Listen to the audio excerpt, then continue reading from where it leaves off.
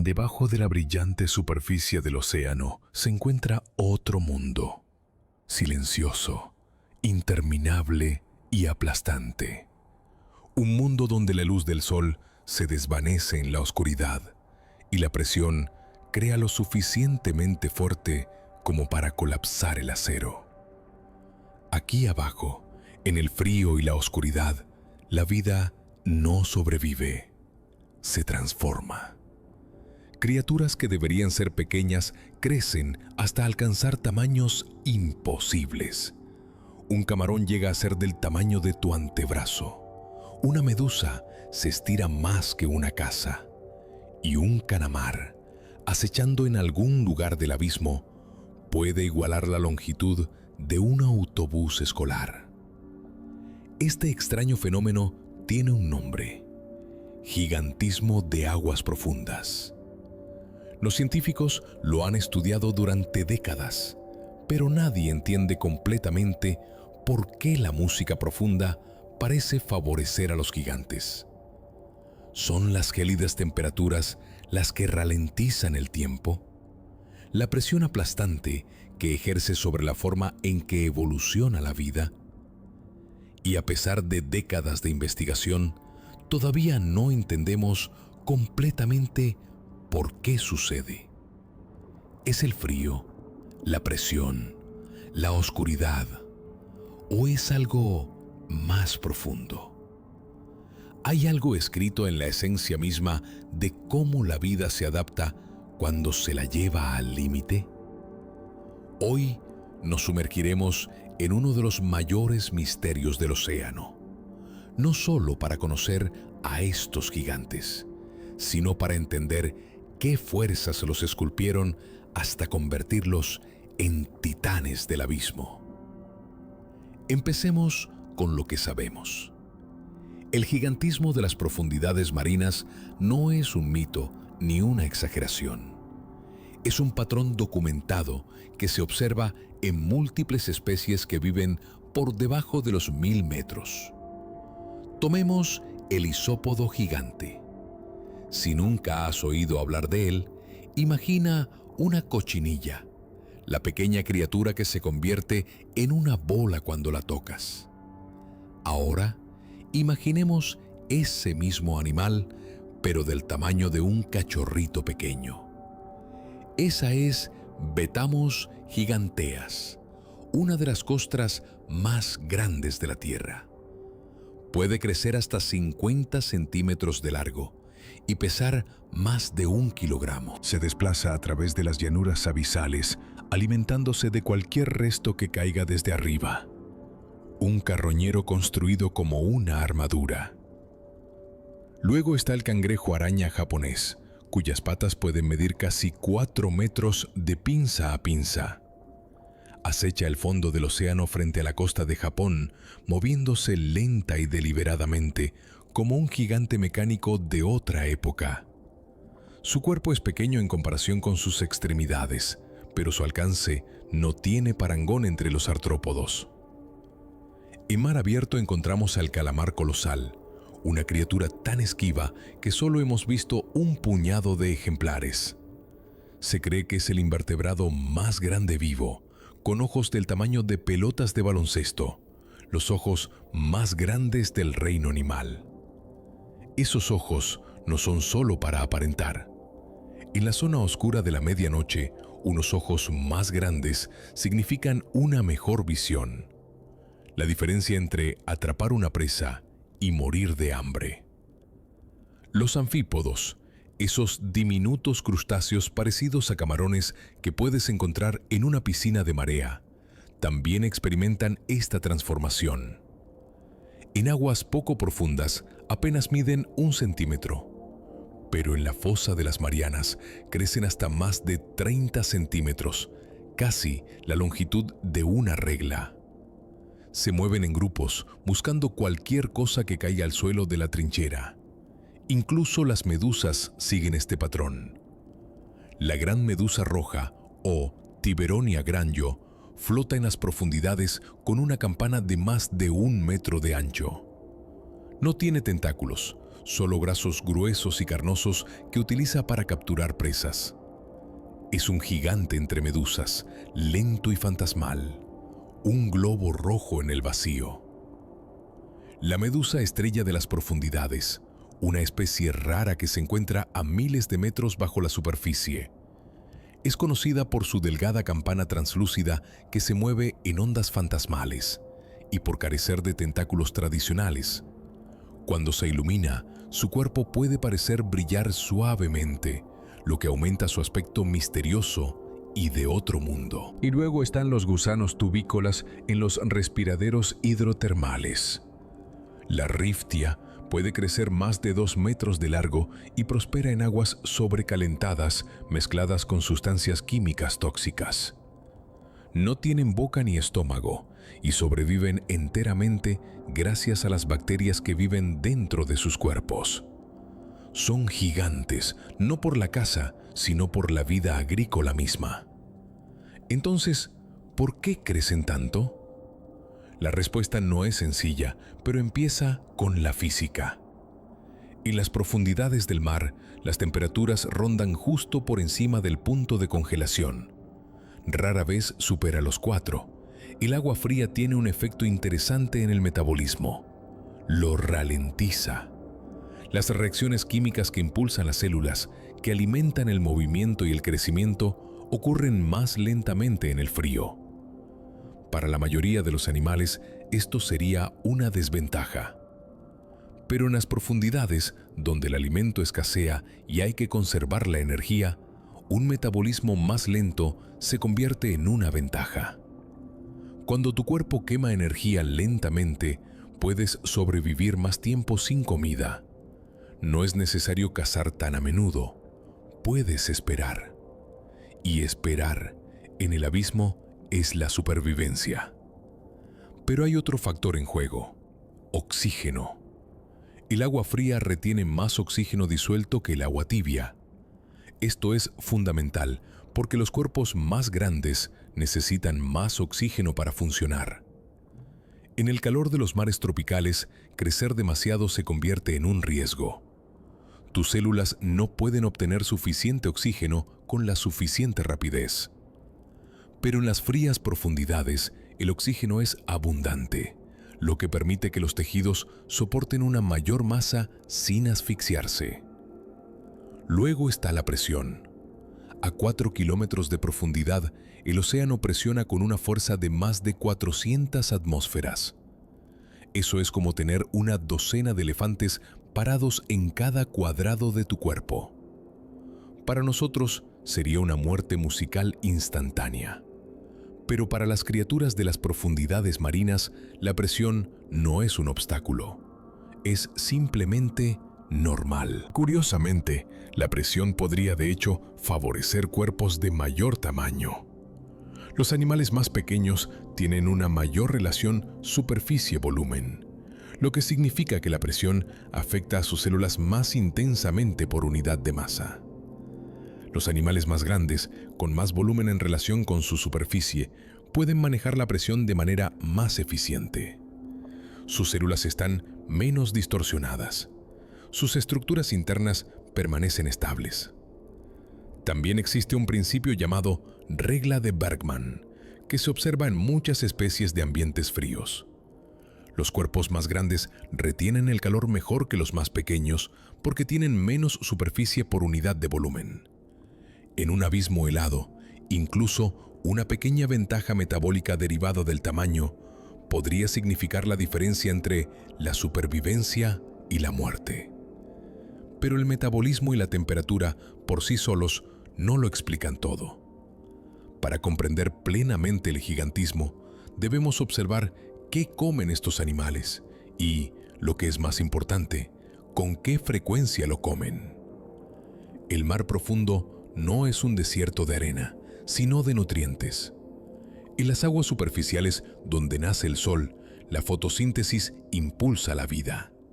Las floraciones de plancton alimentan a los peces. Los peces alimentan a depredadores más grandes. Y la energía fluye abundantemente.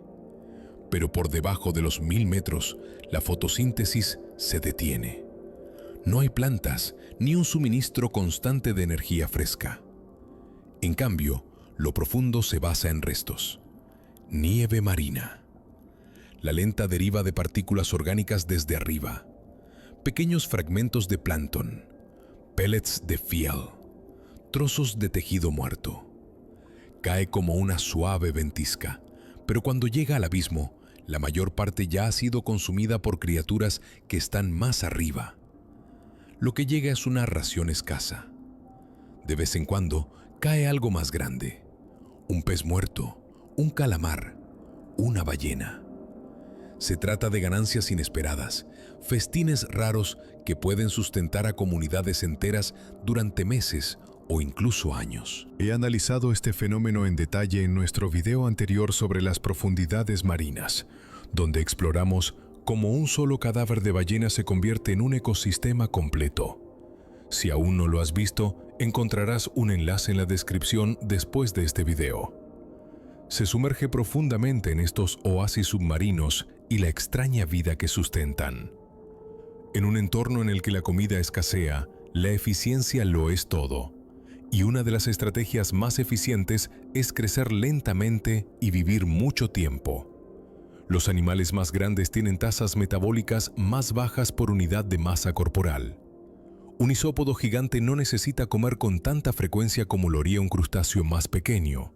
Puede pasar meses, incluso más de un año, sin comer. Su tamaño le permite almacenar energía en forma de grasa y tejido, soportando los largos periodos entre comidas.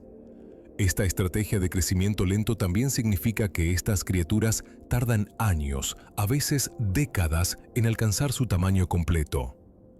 El tiburón de Groenlandia, que habita en las profundidades, no alcanza la madurez sexual hasta que tiene más de 150 años.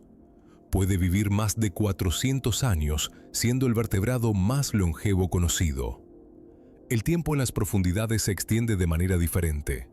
Crecer lentamente también reduce la competencia. Si maduras tarde y vives mucho tiempo, no estás luchando. Con cada generación por los mismos recursos escasos. Estás jugando un juego diferente. Uno medido no en estaciones, sino en siglos. El gigantismo, entonces, no es solo cuestión de ser grande. Se trata de ser paciente. Se trata de desarrollar un cuerpo que pueda soportar la hambruna más prolongada, que pueda esperar en la oscuridad hasta que llegue la siguiente comida, sin importar cuánto tiempo lleve.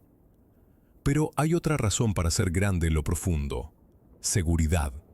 En la zona de medianoche y más abajo, los depredadores son menos que en aguas poco profundas. Aquí no hay grandes tiburones blancos, ni delfines, ni orcas. Los cazadores de las profundidades son especialistas adaptados a un mundo de escasez. Son pacientes depredadores de emboscada. El pez rape con su señuelo luminoso. El pez dragón con su luz roja invisible. La anguila devoradora con una boca que puede estirarse para tragar presas más grandes que ella. Pero incluso estos depredadores tienen límites. Un isópodo gigante, acorazado y del tamaño de un balón de fútbol, es un objetivo difícil. Su exoesqueleto es grueso, su cuerpo denso. Pocos depredadores tienen mandíbulas lo suficientemente fuertes como para abrirlo. El tamaño aquí es armadura. Lo mismo ocurre con el cangrejo araña japonés. Sus patas largas y delgadas pueden parecer frágiles, pero le dan alcance. Puede atacar o retirarse más rápido que los crustáceos más pequeños y su gran tamaño desalienta a la mayoría de los atacantes. ¿Por qué luchar contra un gigante cuando hay presas más pequeñas y fáciles a disposición? Para el calamar, el tamaño significa poder. El calamar colosal no solo es grande, también es agresivo. Sus tentáculos están revestidos de ganchos giratorios diseñados para agarrar y desgarrar la carne. Lucha con los cachalotes en las profundidades, dejándoles cicatrices en la piel. Ser grande en este caso no es solo defensa, es ataque. Incluso las medusas se benefician. La gran medusa roja que flota pasivamente en el agua es demasiado grande para que la mayoría de los peces la consuman. Sus brazos gruesos y carnosos contienen toxinas y su gran volumen lo convierte en una comida poco apetecible. Los depredadores pasan a su lado buscando objetivos más pequeños y blandos. También existe un concepto llamado hipótesis de liberación de depredación. Sugiere que en entornos donde los depredadores son raros, los animales presa pueden crecer más grandes sin la presión evolutiva de permanecer pequeños y rápidos. En aguas poco profundas, ser pequeño significa que puedes esconderte, escapar rápidamente y adentrarte en grietas. Pero en las profundidades, donde los escondites son escasos y la velocidad es costosa, que crece se convierte en la apuesta más segura. Por supuesto, el gigantismo no es universal. No todas las criaturas de las profundidades marinas son grandes. Muchos permanecen pequeños, translúcidos, casi invisibles. Pero para aquellos que crecen, el tamaño ofrece una especie de invencibilidad. En un mundo donde cada caloría es preciosa, ¿por qué desperdiciar energía persiguiendo algo que no puedes matar fácilmente? Hay una pieza más en este rompecabezas. Las profundidades marinas son antiguas, no solo en tiempo geológico, sino también en tiempo evolutivo. Es un entorno estable que ha cambiado muy poco a lo largo de millones de años. Mientras que los mares poco profundos fluctúan con las estaciones, las mareas, los cambios de temperatura y las corrientes cambiantes, las profundidades permanecen constantes. La temperatura se mantiene cerca del punto de congelación. La presión sigue siendo inmensa. La oscuridad permanece absoluta. Esta estabilidad permite que las especies evolucionen lentamente, perfeccionando las adaptaciones a lo largo de eones, sin las presiones disruptivas que impulsan el cambio rápido en otros entornos. Muchas criaturas de aguas profundas se consideran fósiles vivientes, especies que han permanecido prácticamente sin cambios durante millones de años. El isópodo gigante, por ejemplo, pertenece a un linaje que se remonta a la era de los dinosaurios. No ha necesitado evolucionar mucho porque su mundo no lo ha exigido. Este aislamiento también significa menos competencia. Las aguas poco profundas están abarrotadas de gente. Cada nicho ecológico está ocupado y cada recurso disputado. Pero lo profundo es vasto y escasamente poblado. Hay espacio para crecer, tanto literal como evolutivamente. Sin la intensa presión de permanecer pequeñas y ágiles, las especies pueden experimentar con el tamaño. También está el factor de la estrategia reproductiva. Muchos gigantes de aguas profundas se reproducen lentamente, produciendo menos crías, pero invirtiendo más energía en cada una.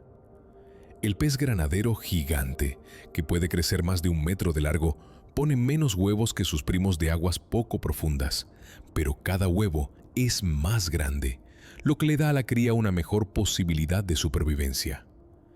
Esto se llama selección K, una estrategia que favorece la calidad sobre la cantidad.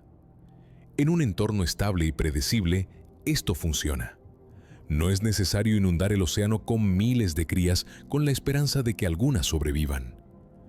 Puedes tomarte tu tiempo, crecer, reproducirte tarde y confiar en que el entorno no cambiará repentinamente y te eliminará. Las profundidades marinas, en muchos sentidos, son un refugio, un lugar donde la evolución puede avanzar a su propio ritmo, sin verse apresurada por el caos del mundo superficial. Y en ese refugio, los gigantes pueden florecer. Durante siglos, los marineros contaron historias de monstruos que surgían de las profundidades. Kraken, enormes bestias con tentáculos capaces de arrastrar barcos enteros bajo el agua. Serpientes marinas enroscándose y agitándose en las olas. Estos no eran solo mitos, eran intentos de explicar lo inexplicable. Ahora sabemos que algunas de estas leyendas probablemente surgieron de encuentros reales. Un calamar gigante arrastrado a la orilla o atrapado en las redes, con sus cuerpos destrozados y en descomposición, habría parecido monstruoso. Sus ojos, incluso en la muerte, son enormes. Sus picos, ocultos entre masas de tentáculos, son lo suficientemente afilados como para cortar la carne. Pero la realidad del gigantismo de las profundidades marinas es más fascinante que cualquier leyenda. Estas criaturas no son monstruos, son supervivientes. Lo verdaderamente monstruoso no son las criaturas en sí, es la escala de los océanos. El hecho de que hayamos explorado menos del 5% del mismo. La comprensión de que cada vez que enviamos un sumergible, encontramos algo nuevo, algo que ningún ser humano ha visto antes. Los mitos estaban equivocados en sus detalles, pero acertados en su intuición. La música profunda alberga gigantes, pero no del tipo que imaginamos. Entonces, ¿por qué las criaturas de las profundidades marinas crecen de un tamaño tan aterrador? La respuesta, como hemos visto, tiene múltiples capas. Pero hay algo más profundo aquí, algo que va más allá de la biología. Los gigantes de las profundidades nos recuerdan que la vida nos sigue un único conjunto de reglas. Lo que funciona en un arrecife de coral no funciona en el abismo. La vida se adapta, encuentra una manera, y a veces esa forma es crecer hasta alcanzar un tamaño imposible en un lugar donde nadie creía siquiera que el tamaño fuera posible. Todavía no entendemos del todo por qué algunas especies se vuelven gigantes mientras otras permanecen pequeñas. No sabemos por qué ciertos grupos, como los isópodos y los anfípodos, muestran aumentos de tamaño tan dramáticos, mientras que otros no. No sabemos si existe un límite de tamaño máximo o si, con suficiente tiempo y estabilidad, estas criaturas podrían crecer aún más. Cada inmersión en las profundidades trae consigo más preguntas que respuestas. Encontramos nueva especie de calamar gigante. Descubrimos anfípodos en fosas que pensábamos que eran demasiado extremas para la vida compleja. Filmamos medusas más grandes de lo que jamás habíamos predicho, flotando en zonas que apenas hemos comenzado a explorar. El océano es el hábitat más grande de la Tierra, y las profundidades marinas son su espacio más grande. Más de la mitad de la superficie del planeta está cubierta por planos abisales, y hemos visto menos de ellos que de la superficie de Marte. ¿Qué otros gigantes nos esperan ahí abajo? ¿Qué adaptaciones, qué estrategias musicales de supervivencia no hemos imaginado aún? El mar profundo no revela sus secretos fácilmente, pero cada respuesta que encontramos remodela que creíamos posible. Y cada gigante que conocemos nos recuerda que el océano aún guarda maravillas que apenas podemos comprender. Si quieres explorar más sobre las criaturas y zonas que hemos mencionado hoy, mira nuestro video anterior sobre las profundidades marinas, donde viajamos desde la dimensión desconocida hasta las fosas de Hadel.